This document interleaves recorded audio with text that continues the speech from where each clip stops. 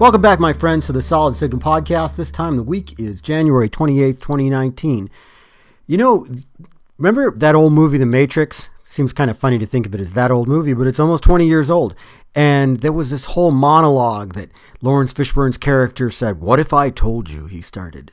And I'm not going to say any more than that because I don't want to pay royalties and I don't want to get sued. But I think you know the monologue that I'm talking about. So just imagine that I'm saying all this stuff in Lawrence Fishburne's voice and that I was actually in The Matrix. What if I told you that you didn't have to live with bad cell service? What if I told you that there was a simple system that cost less than one cell phone and yet could work with all the cell phones in your home? What if I told you that system would outlast every cell phone you have now? Would you take the red pill or the blue pill? That's the question, my friends, because that thing that I'm telling you about, it's real. It's a real thing. It's a cellular signal booster, and I talk about them occasionally on our podcast, and I talk about them a lot at the Solid Signal blog, and a lot of people think that it's science fiction, that it's just as fake as The Matrix, but I'm here to tell you that's not true. I hear every day that people think that these things don't work, and the truth is they do. You just have to install them properly. When I hear of somebody who says my cell booster doesn't work, I say, did you put the outdoor antenna up 15 feet higher than the indoor antenna? And they say, no. I say, did you make sure that the indoor antenna's got a clear view of the area that you want to boost?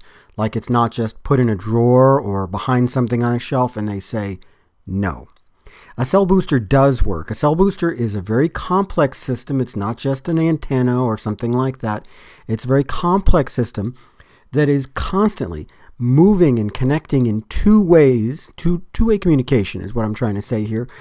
Going back and forth, making sure that signals from outside are strong enough to get to your phone. Signals from your phone are strong enough to get outside. And it's constantly checking power levels so that it doesn't overload the entire cell network, which is probably the neatest thing about it. And this thing works.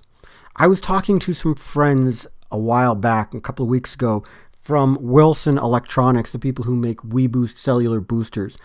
And we all agree that about 97% of people don't use a cell booster, and that about 90% of people, or somewhere thereabout, have never even heard of one or think that it's a total joke.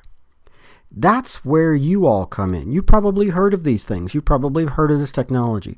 First of all, if you are suffering from bad cell service at home or at work, take a look at these solutions. I'm serious, because the funny thing is, these days you'll pay $1,000 for a cell phone and you won't look at $499, $599, $699 for a booster system that works for everybody and is going to outlast that cell phone by a margin of 5 or 6 years.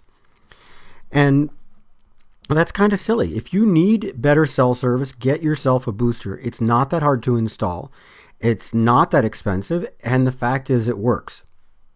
And once you get one, tell everybody you know, because I think that there are very few people out there who don't at some point in the day have some sort of problem with cellular service. I just did not 10 minutes ago. I was driving around in my car, which does not at the moment have a vehicle cell booster. I use it to test a number of them and it had taken one down.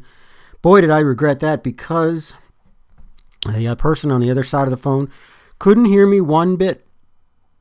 And that was frustrating. That was frustrating to them. It was frustrating to me, especially since it was not something I knew that I could have solved if I had just gone on to the workbench and pulled that cell booster and put it back in my car.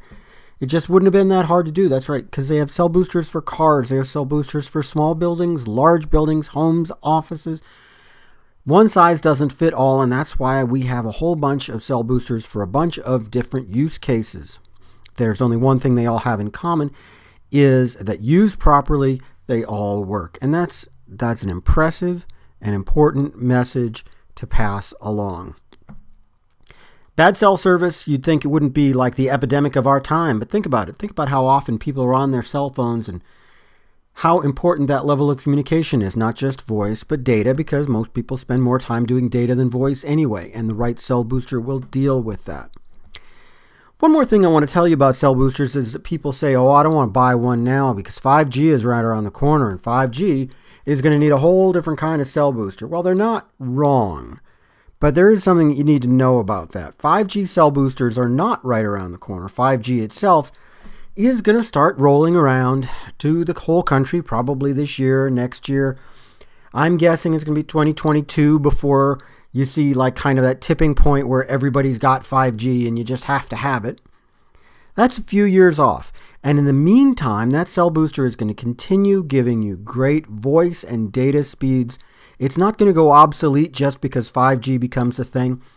You know, it was something like last year or the year before they finally got rid of 2G. 4G is going to be around for a long time. LTE is going to be around for a long time. And that cell booster is going to serve you for an awfully long time.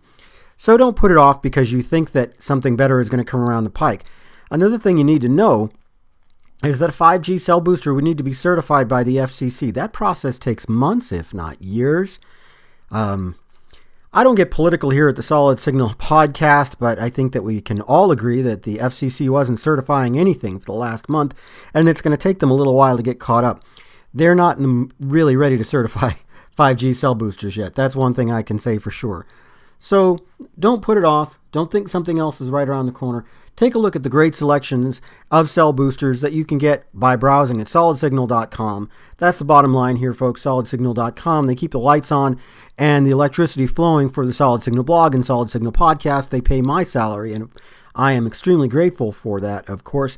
And so naturally, if you could do a little bit of something to support that, I would be eternally grateful. That's about it for me in the Solid Signal podcast this week. Have a great one, and I'll talk to you soon.